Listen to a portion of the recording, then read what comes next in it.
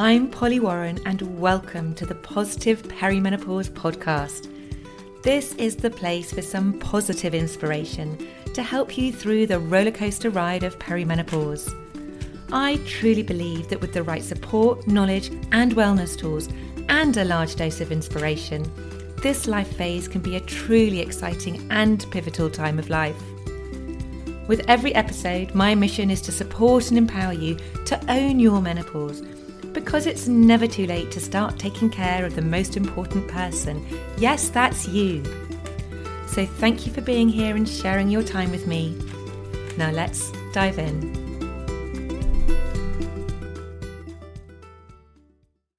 Hello and welcome back.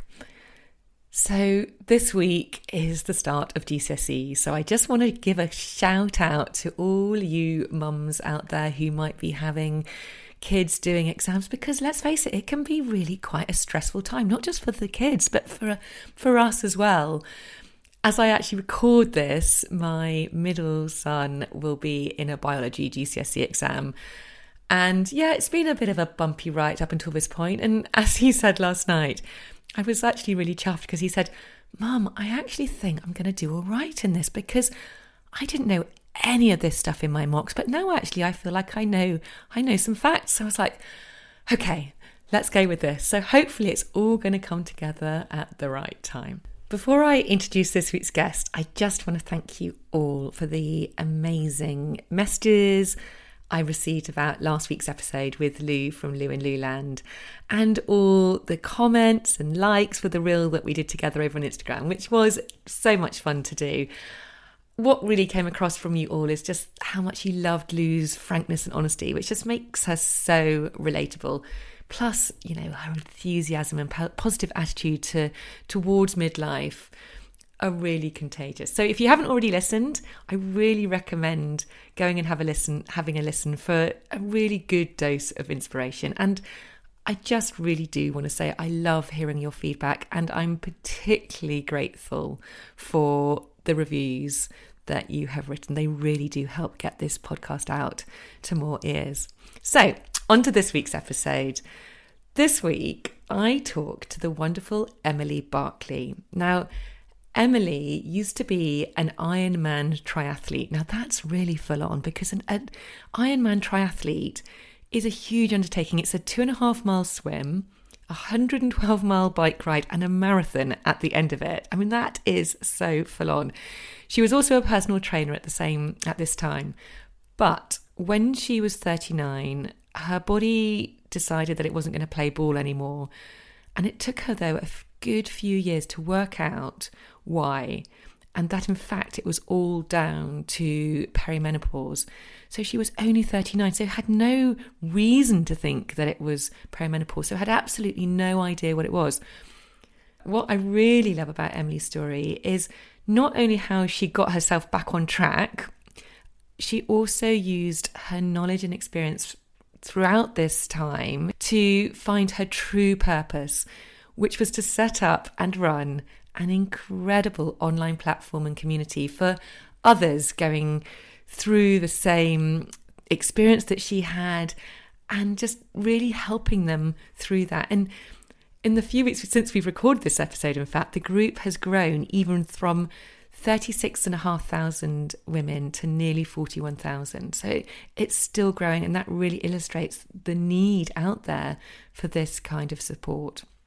And what makes this group particularly special is that Emily's pulled together a group of 60 different experts, all with different practices such as nutritionists, yoga teachers, coaches, doctors, who can support the people within the hub, within the space.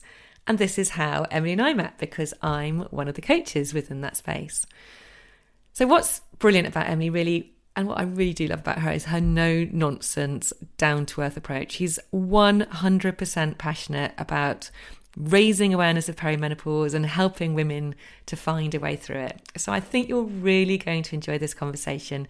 Emily gives us so much value, particularly when sharing her experiences of overexercising and in particular cycle tracking. So without further ado, I would love to welcome the amazing Emily Barclay.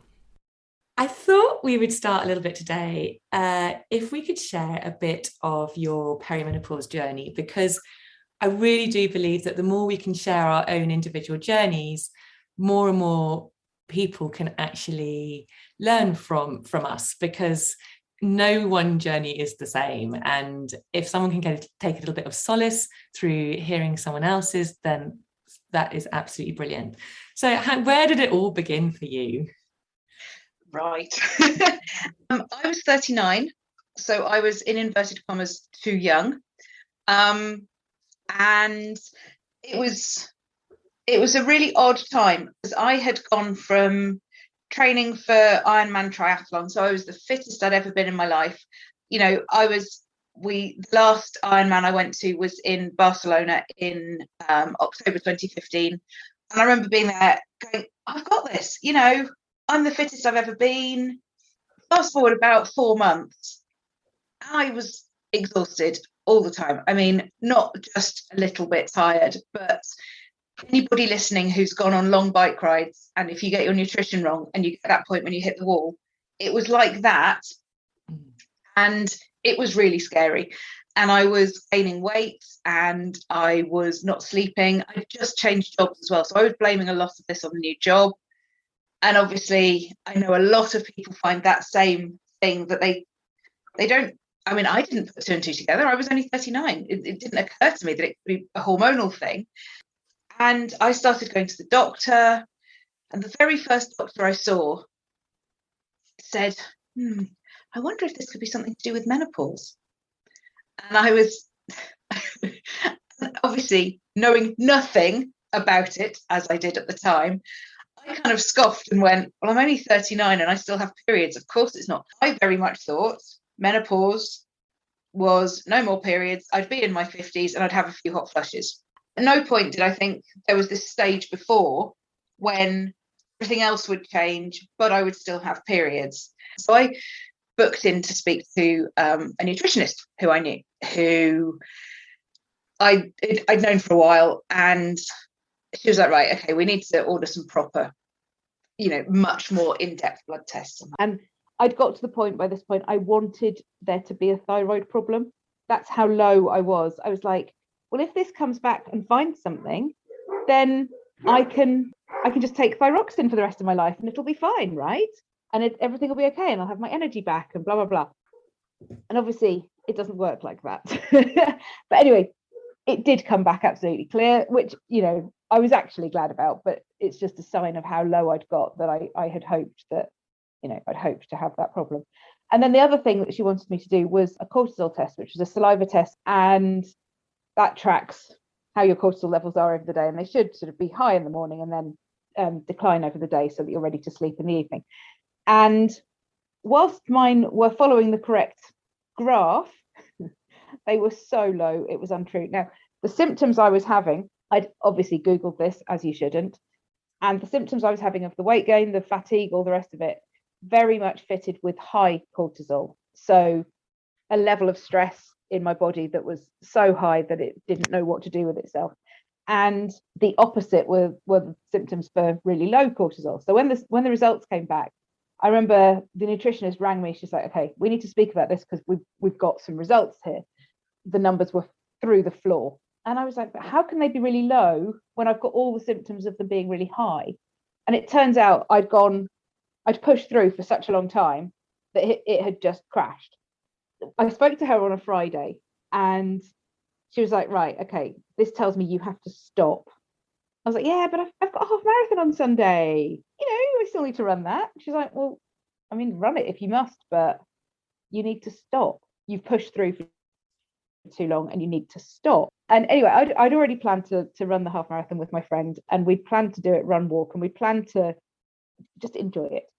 And so we did that. And I really wanted to get the medal because it was becoming apparent that was going to be the last medal I was going to get for a very long time. And so we ran it and we thoroughly enjoyed it. We literally didn't stop chatting and laughing the whole way round. And at some point, it was my local half marathon, so kept seeing people we knew and stuff. It was just really nice. And it was just one of those events that you think, I've got to do this because I need this memory, basically. Anyway, we got to the end And bearing in mind, this was, only a couple of years after I'd been on the start line of an Ironman, and I'd been still trying to train to that level. I got home and I was very much in the mindset that a half marathon was just a half marathon. I'm not in that mindset any longer, not at all. But that was the scale of where I was at the time. And so normally a half marathon would have been run it, get my medal, go and get some food, go and carry on with my day. Like it would have just been a point in the day and then go and do the rest. I came home and slept for about 3 hours. And once I started actually taking on board the results of the cortisol test and listening to my body, I just had to stop completely. And it was really scary. So by this point, I was working as a personal trainer. And when I, like the next year, came to do my accounts, I got to that bit in my diary and it's just empty. I had to cancel all my clients. I'd had to just stop completely. And it was really scary. And I still didn't know why this was happening because I still didn't have the word perimenopause or any of this. And it was around that time I started tracking everything. I started putting everything into an app. Actually, I probably started tracking about a year earlier than that. I can't remember, because I wanted to try and understand where the fatigue was and when different things were happening and, when the rage would hit and all that sort of stuff. Finally, in March or April 2019, so 3.5 years after, well, just over 3 years after I'd started going to the doctor, I went back with all of my tracking, which I didn't have the facility in the app to download the data, so I'd manually put it all into Excel so that I could then pull out graphs. And it was so clear. It was so clear that it was hormonal. Once I'd done that, once I had those graphs and I had that visual representation of what was going on, finally I could see that this was all in line with my cycle, all of it. So then I went back to the doctor. She was like, well, I think it's one of two things. And I was like, yeah, I agree. I think it's one of two things. And then I'm sort of hoping we're both talking about the same two things. And the two things we were both talking about was chronic fatigue or perimenopause. But obviously, because I'd looked at my graphs and all the rest, I could see that my understanding of chronic fatigue, and having known quite a few people with it and stuff, is that it's pretty constant. And you have pain and you have so much other than what I was experiencing. And it doesn't go with your cycle. So that was a really key point in which I was like, right, okay, I can see this is with my cycle, therefore it's hormonal. Therefore, now by this point, I'd learned that there was a word called perimenopause and that menopause didn't just happen on this one day. And with hindsight, we know that periods start on one day, but we have puberty over a number of years. Why did I ever expect that the opposite end of it would be so finite? Thank you so much for sharing all of that, Emily. It's interesting, isn't it, that you said that you felt at that time you were at the fittest you had ever been, yet your body had other ideas. And it was really more about the fact perhaps that you weren't listening to the signals your body was trying to tell you. So it sounds like you were totally overdoing it and overtraining it. Is that true to say? Absolutely, I was. And I look back now and I had never realized, and bearing in mind, I'm now a personal trainer, so I've been through PT school. They don't teach you this there either. I never realized that overexercise was a thing and would be so detrimental. I don't think I was obsessively exercising like some people do. And, that's a different thing. So I felt that my exercise levels were manageable, I was doing a lot, but I didn't feel as though I was overdoing it. I wasn't doing it to sort of prove anything other than to myself that I could do these long distance endurance things. But looking back, I see that what I thought was a stress relief, i.e. getting out there and running and all the rest, was actually adding more and more stress into my system.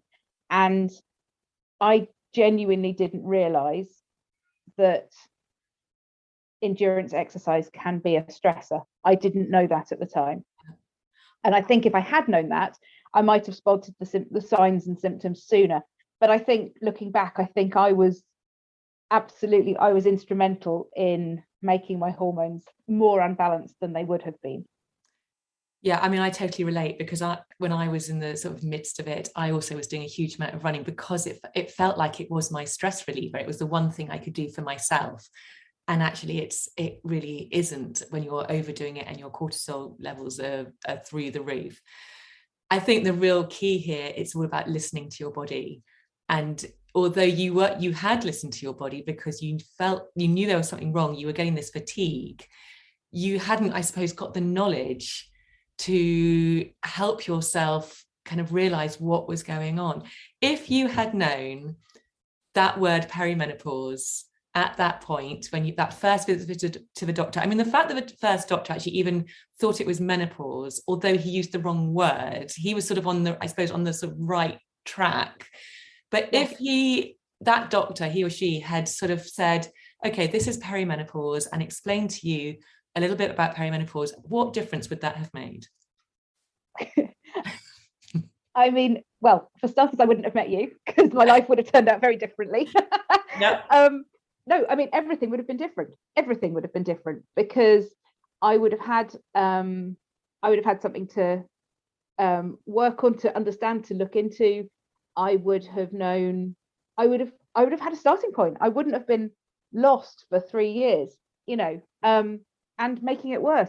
And on top of over exercising, I also at that point was in the midst of a really big dieting thing. So I was properly attacking my body from two sides. I was restricting nourishment, and I was not replenishing nourishment. Yes. So it's everything that we tell people, women, not to do is to restrict. Like, so tell me, Emily, Absolutely. what did you do? What steps did you take other than obviously rest, which was your body was crying out for? What other changes did you make to get back to feeling like yourself again today? God, it's been a long old road. I still track.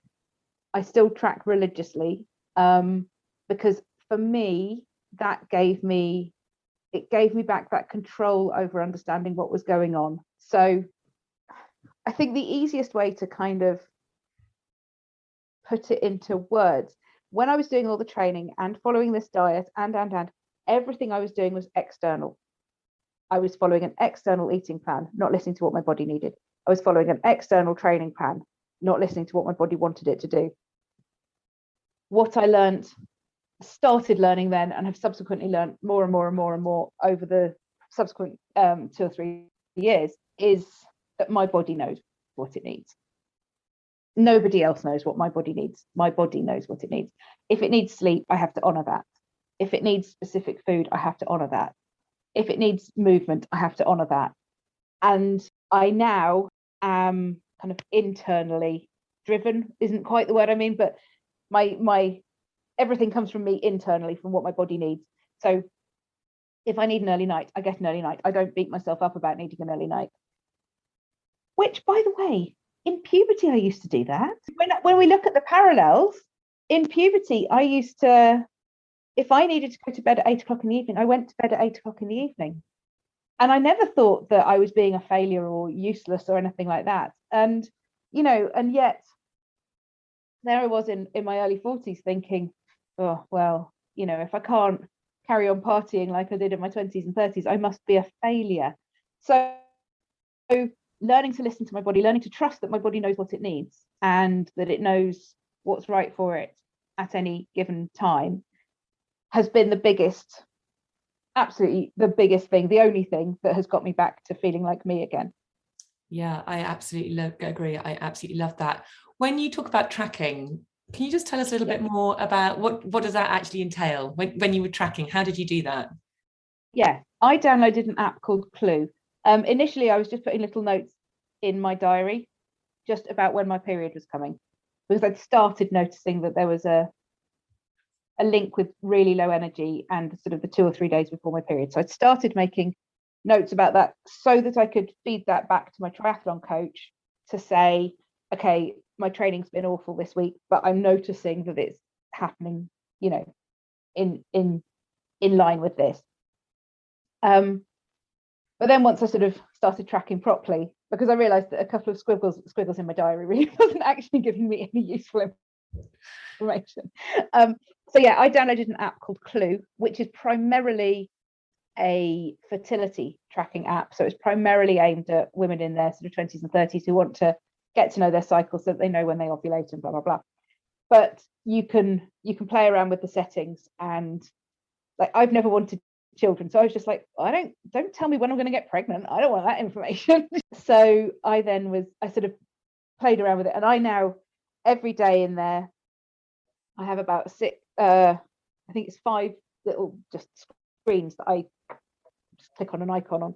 So one is about my period, how heavy it is. One's about period pains. One's about energy. One's about how I've slept the night before, and one's about mood. And with those little icons, I just, I click on it. I make a note if I default to, unless something outstanding happens, I default to the standard number of hours of sleep I get, unless I know I've had more or less, the standard energy level, unless I know I've got more or less, so it's really quick to fill in. It's just like, and if I forget for a couple of days, I'll be like, well, I don't remember anything out of the ordinary happening, so I'll just fill in my normal, but then it means that you can start to see any patterns. And I've subsequently talked about tracking to endless people. I'm quite boring about it. And it's been really interesting for a lot of women. I've been very lucky that I don't struggle particularly with anxiety, but I know a lot of women really do struggle with anxiety in perimenopause. And a lot of women who I've encouraged to track have found that in tracking, they see that their anxiety isn't actually all the time, that actually it is more at specific times in their cycle. And that breaks that cycle of focusing on the negatives, which we all do, of going, oh, I never sleep, or I'm always anxious. And then you start tracking, and if you make a point of tracking even on the good days, which I think is what a lot of people forget to do or overlook doing, because if we only ever track the bad stuff, we're only ever going to see the bad stuff. But if we track every day, actually after a couple of months, you start to see that there's a lot of good days, but because you hadn't consciously acknowledged the good days. And I'm not saying, I'm not talking about writing out huge lists of gratitudes or anything like that. I'm literally just saying, you pop into an app and you go, today I was happy. And I'm not meaning ecstatic. I'm just not, I use happy in the app. I use it as a benchmark of not sad, not oversensitive, and not really angry. So happy is just the kind of, everything's kind of all right, but actually once you've seen that for a couple of months, you go, oh, that's interesting. The world actually isn't ending. The world only ends 2 days a month rather than all of the time. And again, it's just being led by yourself, by your own body, not by any of the external stuff, not by any of the how you should be. It's just going, okay, this is how I feel today. Make a note of it. And the beauty of it is that if you've got family, partner, whatever, once you get to know all of this, you can identify those kind of those days, shall we say. Those days where you just need to take some time out and just look after and nurture yourself. Yeah, exactly. And you can warn the people around you. You can say, look, it's not a good day today. I'm clearly due on in 3 days, or whatever your magic number of days is when the bad day comes. You go, look, it's that day. I'm just going to be over here with Netflix, okay, and you all carry on, but I'm not humaning today. Just leave me be. And I'm just going to hug the dog, thanks. And then actually everybody benefits from it, because you've all got the boundary there. Yeah, it's so important. I think the message coming loud and clear here is it's about really listening to your body and just knowing what's going on. And by tracking, I mean, I love this idea of tracking, and I've never actually done it myself, but I kind of feel like I'm quite in tune with my body. But I think if you're not, and when everything is really becoming so overwhelming and you are feeling really low and everything just feels too much and you're not sleeping, it's really hard to know 1 month from the next where those good days are, because they feel few and far between, but they are there. And I think sometimes because we have those good days, it's very easy then to forget the bad days, and so then you don't take action to do the things which actually are going to help you, but then very quickly you go back into that sort of vicious cycle of feeling rubbish, and another month before you know it's gone. So I love this, that you can really start seeing patterns and really it's just taking ownership of it. It is, but it's being led by your body. I mean, you know, over the years I've tracked calories more times than anybody needs to know about. I've tracked my weight more times but that's all external stuff. That's all for someone else's. It's not, none of that is my body telling me what it needs, what it's doing, what's going on. And that's where I find, you know, cycle tracking is just so powerful, because it's just about me. It's just about my body. It isn't about anything else. It doesn't have any goal other than for me to get to know myself and to feel better.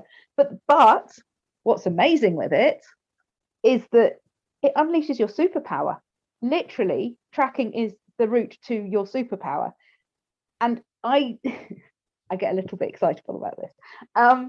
But I think every woman in her late teens, early 20s should be encouraged to start tracking. And I think now we've got apps, I think that's much more prevalent, because we all through our cycle have those really good days and the really, I'm not going to say bad days, but days when we're less full of energy, like days when we're more introspective, you know. And in a workplace, we're still all obviously expected just to be the same every single day, and we're not. No.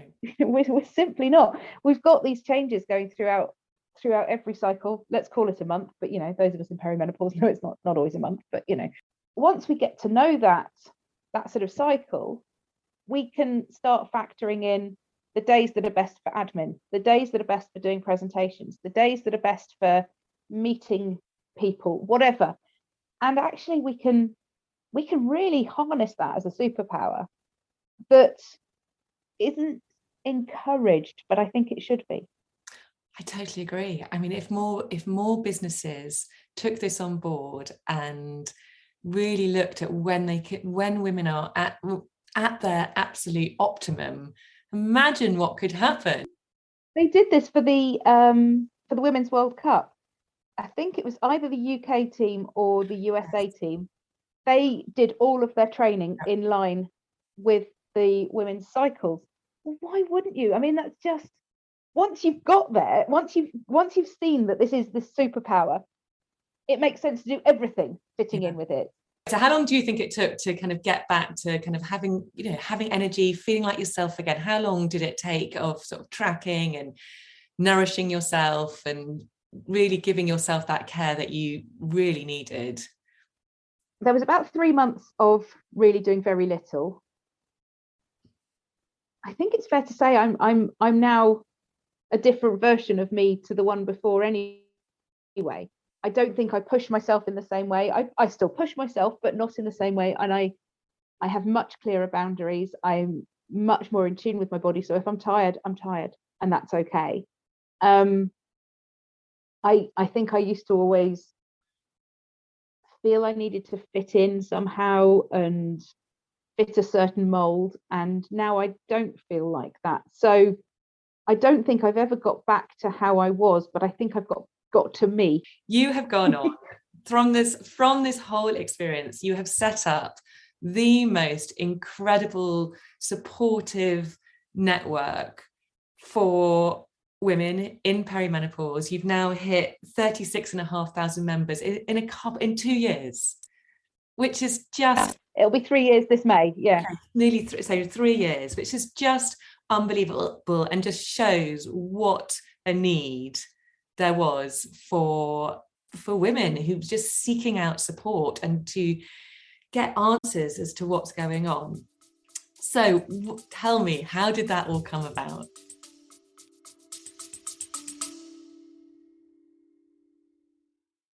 A very quick break to ask you to hit the follow or subscribe button if you haven't already. And if you're enjoying this episode, I'd be super grateful if you could hit those stars and rate it too.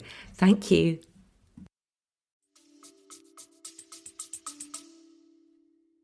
So when I got back from the doctor's appointment, when we agreed the word perimenopause, I was like, right, okay, cool, I've got a word. Right, now let's find support groups and the websites and the, you know, all those things. And everything I was finding was aimed at menopause. So very much the people in the support groups were in their 50s, their periods had ended. I was at this point 42, and people in the groups were they were talking about retirement plans. They were talking about their grandkids. They were in a completely different life stage to me. And I was just like, okay, I don't think I belong there. And then I found the same went for all the websites I found. They didn't seem to want to talk about perimenopause because I was not finding the thing that I wanted. In my wisdom, I thought I'd just set it up. I think I still had too much time on my hands by this point because I had a bit more energy. I wasn't training for Ironman. I was like, yeah, cool. I'll just, you know. And I thought what I wanted to see was a place where lots of experts would be offering different ways to help women through perimenopause, acknowledging that every woman is different, that every woman wants to deal with her health differently, has a different background, has different symptoms. You know, even if you just look at the list of perimenopause symptoms, we don't all get the same symptoms at the same time. You know, it's like a real cocktail of symptoms, and makes sense to me anyway that there wouldn't be a one size fits all approach, and that therefore if I could bring together experts who can help different people at different stages, you know, different times through it, or how they're feeling at different times in their cycle, whatever, then that's how I felt it would be nicest. So, you know, let's say somebody wanted to try gentle yoga one week, and then next week, and they happen to try that in their introspective week, and then the following week they're full of beans. Well, they might want to go and try something completely different. The yoga may well have helped them, and, you know, may well continue to really help them, but they might want to try something different in a different week in their cycle, or a different month in their perimenopause, or a different year in their perimenopause. And I didn't want people to have to keep jumping from one place to another to keep searching for what was right for them. I wanted them just to be able to find that in one place. So I kind of started bringing together a few experts. I started with the nutritionist that I'd worked with and a couple of mindset people, because I think there's a lot to be said for getting your head around the fact that you are moving into a different stage of life. And I think for a lot of women, it's a really daunting idea that they're suddenly getting old. I mean, I'm still 18 in my head, so I'm not old, it's fine. But I think we all are. And I do think, that acceptance is a really key part of it. I think so many women push against it because it's admitting that you're getting old. Once we can accept that this is happening, then we can move forward. So I agree. Yeah, mindset is key. Absolutely. And so I sort of really early on setting it up, I was like, oh, Perimenopause Hub, that has a nice sort of ring to it. It sounds like it brings everybody together. In my usual style for doing these things, I went on to one of the web domain registration things. I was like, well, does it exist? Because this will be a sign from the universe. If it exists, if I can get the web address, then this is meant to happen. If I can't, we'll see what we think. And there it was, perimenopaushub.com, a tenner a year. And I'm like, right, well, it's got to happen then. Okay. It was literally as simple as that. So then, you know, started bringing together some experts, and I started with a few people that I knew in the UK, and then I expanded it out and kind of put out feelers in various kind of Facebook groups that I was with, and, you know, that I was in and stuff, and started getting quite a few experts in Canada, then Australia, and so on and so forth. And it just kind of grew, really. And at the time I thought, you know, even if the Facebook group could help 500 women, then that would be 500 who hopefully wouldn't feel as completely lost as I had felt. To know that we're now at like 60 experts and 36,500 women in the group, I'm a bit like, oh, right, well, that went bigger. I've been in the very privileged position that because I've got this amazing team of experts, I kind of can slightly abuse my position and ask for their help. But I think that's it. We're all constantly learning. I mean, me doing this podcast, I'm so excited to meet so many different experts and learn from them. And I think that's the thing. You can never know enough. And there are so many different modalities out there. And if you can tap into something which really resonates, then that's brilliant, because it could take quite a few things to try before you find the thing which really works for you. And that's why something like the Hub is so brilliant, is that there's so many options for women to try. Because when you're in that place of exhaustion, not sleeping, everything hurts, or whatever your symptoms are, it can feel really overwhelming of where do you start, what do you do, what step do you take. And I think the hub is really useful because women can kind of have a look at the different experts, see what they feel like. They can also obviously, that community aspect is so important, because I for one, when I was going through it, I didn't really talk to anybody about it because, well, first I didn't really know what it was, but secondly, it was a bit like, well, I don't want to whinge to people. I don't want to tell people what's going on when I don't really know what it is. And I was trying to be this sort of superwoman anyway. I can do it all. So actually to have that community aspect where there's not really anything which can't be shared, then that's brilliant. Yeah, and I felt it filled the gap that I needed, and I've been blown away, and I'm incredibly proud that it's filled the gap that a lot of other people needed as well. So it's brilliant on one level. It's heartbreaking on another level, because we shouldn't need it, because actually we should be able to access this support without needing that, and it shouldn't be a conversation that we can't have with other people and stuff like that. But we're still at that place, and so I have to accept that. And so the fact that the group provides support and sanctuary for a lot of people is brilliant. Yeah, and it's such a shame that we kind of need it. But I mean, on a more positive note, would you agree that the tide is turning, more people are becoming aware, and hopefully from even a couple of years ago, I would really like to think that more and more women they know what that word perimenopause is. They know that actually in their late 30s, in their 30s, 40s, things that might be going on, they can kind of now associate with perimenopause. They might be a bit more prepared. Would you agree that the tide is turning? I mean, there are, we've got people like Davina McCall doing a lot. There's more high profile people talking about it, that hopefully we're on the right track. Yeah, and who have been advised not to talk about it. Yeah. Because, oh no, we still don't talk about women's issues. And actually, I'm really glad that high profile people are talking about it and aren't just brushing it under the carpet, and are helping make it a more common topic for all of us. I mean, I had to laugh when I was first setting up. I was very aware that I needed to be in line with all the GDPR stuff, because the GDPR regulations had just come in when I was setting up. And there used to be a guy who lived in our village who was a GDPR specialist.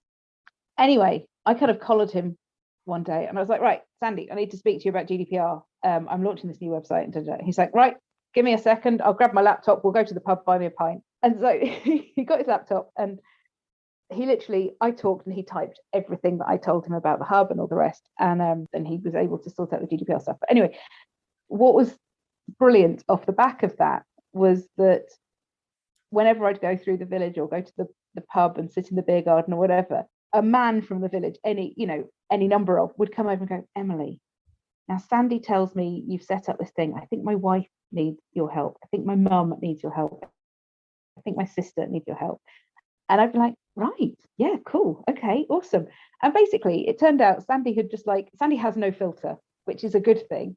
And he had just broadcast it to the village cricket team and to anybody else who would listen, and just gone, right, well, you need to speak to Emily, because she's sorting this out. And it was so nice that then took away so much of the taboo. Okay, only in my little village, not across the board, I get that, but being approached by men who genuinely wanted to help the women in their life, I just found we can work it all out. And I've now got a lot of, obviously all my friends know what I'm doing, because I talk about it a lot, but whether they're male or female, they still are asking questions about how it's working and what we're doing and all the rest of it. And I sort of think, well, I have to hope that this will bit by bit kind of escalate out further, that each of the experts on the hub is having these conversations, that bit by bit the women on the hub are starting to have these conversations, so that each of us is starting to advocate for the fact that this is a topic we can talk about. This isn't something we have to be hush hush about, and that actually, it's no stranger than puberty. It's just puberty the other way around, and at a different stage of our life. There was no shame in puberty. Yeah. Do you know, God, that really brought tears to my eyes when you're telling me that was about your village, because imagine if every single village, every single street, every single community had that level of awareness. I mean, it would be amazing. So, you're doing such amazing work, Emily. Isn't it interesting, going back to this point at midlife, how women really find their thing. Would you say that doing this has been really finding your true purpose, I suppose? 100%, 100%. And it's really funny. I was talking to my dad about this the other day. When I first graduated from university, I was just like, I don't know what I do with my life now. But, the narrative at school had been, well, you go to university and then you get a proper job and you become a grown up. And I was like, okay, I'll do that. And I remember, bless him, Dad was like, right, I'm going to put you in touch with this guy who does like careers advice stuff. Dad put me in touch with this guy, and he did coaching, but he also used kind of NLP and visualization, all sorts of stuff. Anyway, I just remember, and I remember this so clearly. I was, I don't know, 22, 23 at this point. I remember so clearly going to see him and him going, right, okay, we're just going to do some visualization stuff. And you're going to imagine what retirement will look like. And I was like, okay, that's cool. I'm in France. There's dogs. It's sunny. This is lovely. I'm good with that. And he's like, okay, cool. What does like later in your 20s look like? And I was like, well, I'm probably in an office and, doing these things and whatever. And he's like, okay, now what does your 40s look like? And I was like, I've got nothing. I've literally got nothing. And he's like, come on, what do you think? Have you got any feel for the sort of house you'll live in, or the this or the this or the this? And I'm like, I cannot envisage my 40s. Now, I then got to my 40s, and funnily enough, I only learnt the word perimenopause whilst I was in my 40s. Working online wasn't a thing when I was 22. Running a website wasn't a thing when I was 22. Using Zoom to connect with people all around the world definitely wasn't a thing when I was 22. So yeah, no, I definitely couldn't have envisaged it. And I love that 22-year-old me didn't just go, oh, I don't know, I'll probably be, doing something and just make something up. I love that 22-year-old me went, I have no idea. And I love that I proved her right, because she couldn't have known. Yeah, that's so good. So good. And what I love though about you, Emily, also is that, I mean this as like your superpower. I don't mean this in any way rude, but it's your sort of unpolished approach, because you just turn up, show up as you, and there's no sort of trying to be someone you're not, and you really are just you. And that is such a superpower. And if more people could do that, and particularly women at this time of life, having low self-esteem because of all the things going on, I don't know, I just feel that you are such a great example to so many people. Just, this is how it can be. You don't have to worry about what people think anymore. You can just show up being you, doing something which you feel really, really passionate about.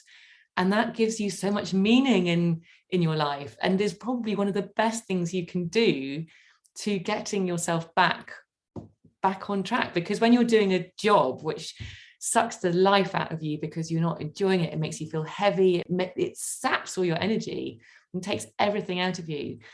So part of this whole journey of feeling great, and let's face it, that's what this is all about. It's about feeling great and feeling like the person you really want to be. I think it's about, obviously getting your symptoms under control and living a healthy life, but it's also about finding the thing which truly lights you up. And yeah, you're a great example of that. Yeah.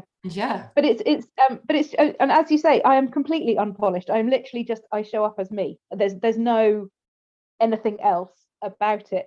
And I was I was on a call with some people the other day, and they were asking about how I do the marketing for the hub and how I show up in the hub. And I was like, I just, if I want to share a photo of my dog, I share a photo of my dog. If I want to talk about cheese, then I do. I mean, what? And he was like, interesting, authentic. And I was like, that makes it sound like I'm trying to be authentic as opposed to just being me. And actually, I don't have the energy. One of the things that all this fatigue and everything else taught me is I frankly do not have the energy to be anything other than me. I don't have the energy to lie about things. I don't have the energy to try and remember anything beyond the truth and what I'm actually doing. And God, it's liberating. It's so liberating. And I do also think, I mean, for me, I think a big part of this is, for so many years, I was living a life trying, as you were, to fit into what people were expecting me to be or what I was thinking I should be.